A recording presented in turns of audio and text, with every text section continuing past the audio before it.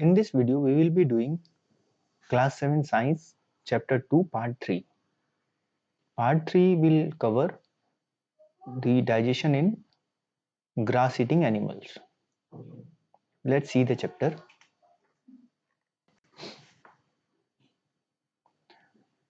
Digestion in grass-eating animals. जो grass eating animals है उनमें डाइजेशन कैसे होता है घास खाने वाले एनिमल्स में. Have you observed cows, buffaloes and other grass eating animals chewing continuously even when they are not eating?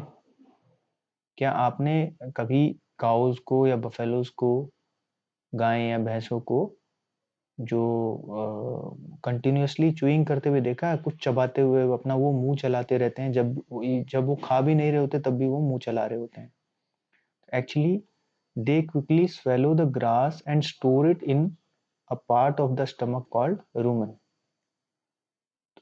जब ये इस तरह से ईटिंग करते हैं कि जब ये इनको खाना मिलता है तो ये सब कुछ अपना एक बारी में स्वेलो कर लेते हैं, यानी निगल जाते हैं, और वो उनके स्टमक का एक पार्ट होता है रूमन. रूमन में जाकर के वो अनडाइजेस्टेड फूड स्टोर हो जाता है.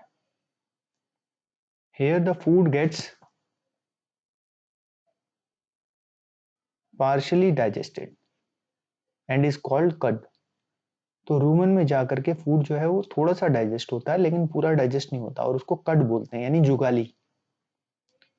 But later the cud returns to the mouth in small lumps and the animal chew it. तो जो ये कड होता है ये रूमन से थोड़ी देर के बाद में मुंह में आने लगता है वापस स्मॉल लम्प्स में, छोटे छोटे टुकड़ों में, और एनिमल्स को च्यू करते रहते हैं. So this process is called rumination या जुगाली बोलते हैं हम हिंदी में. And these animals are called ruminants. तो ये रूमिनेंट्स बोलते हैं जुगाली करने वाले जानवर. The grass is rich in cellulose. तो जो ग्रास होती है उसमें सेलुलोज करके एक पार्ट होता है, कंपोनेंट होता है, अ टाइप ऑफ कार्बोहाइड्रेट. तो वो एक कार्बोहाइड्रेट होता है सेलुलोज, जो कि थोड़ा सा डिफिकल्ट होता है डाइजेशन में. In ruminants like cattle, deer etcetera, bacteria present in rumen helps in digestion of cellulose. Many animals including humans cannot digest cellulose. So जो ये cellulose होता है वो easily digest नहीं हो सकता है.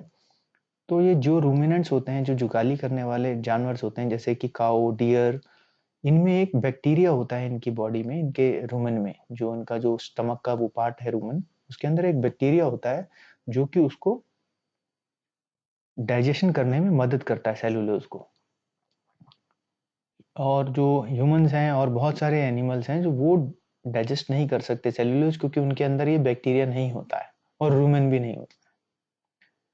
ऐसे ही animals like horses, rabbits etcetera have a large sac like structure called caecum between the oesophagus and the small intestine.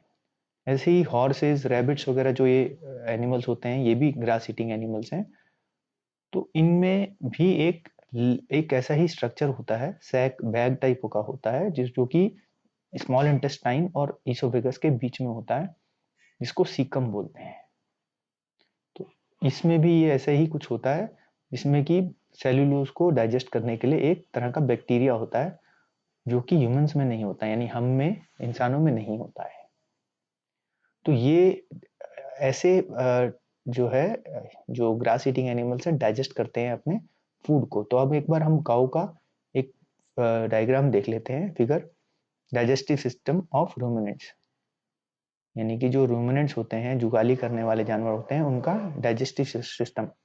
जैसे ये जब काऊ कुछ ग्रास खाती है तो वो उसकी ईसोफेगस से होते हुए, ये ईसोफेगस है, इससे होते हुए उसके रूमेन में चला जाता है. सबसे पहले यहाँ आता है रूमेन में, ये रूमेन है,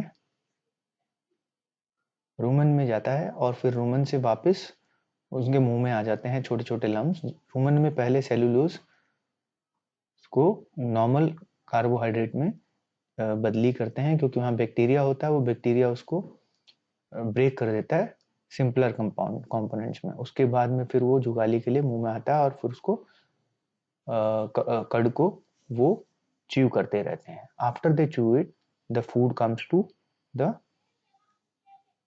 stomach, the intestines, and then intestine में वो फूड अब्सॉर्ब होना शुरू हो जाता है और फिर स्मॉल इंटेस्टाइन से लार्ज इंटेस्टाइन में जाता है और लार्ज इंटेस्टाइन के थ्रू उनके भी, जैसे हमारे रेक्टम और एनएस से जाता है वैसे ही उनके भी रेक्टम और एनएस से फूड आउट हो जाता है, जो अनडाइजेस्टेड फूड है वो आउट हो जाता है। तो ये एक बहुत इंपॉर्टेंट डायग्राम है जो कि कभी कभी एग्जाम्स में भी आ सकता है।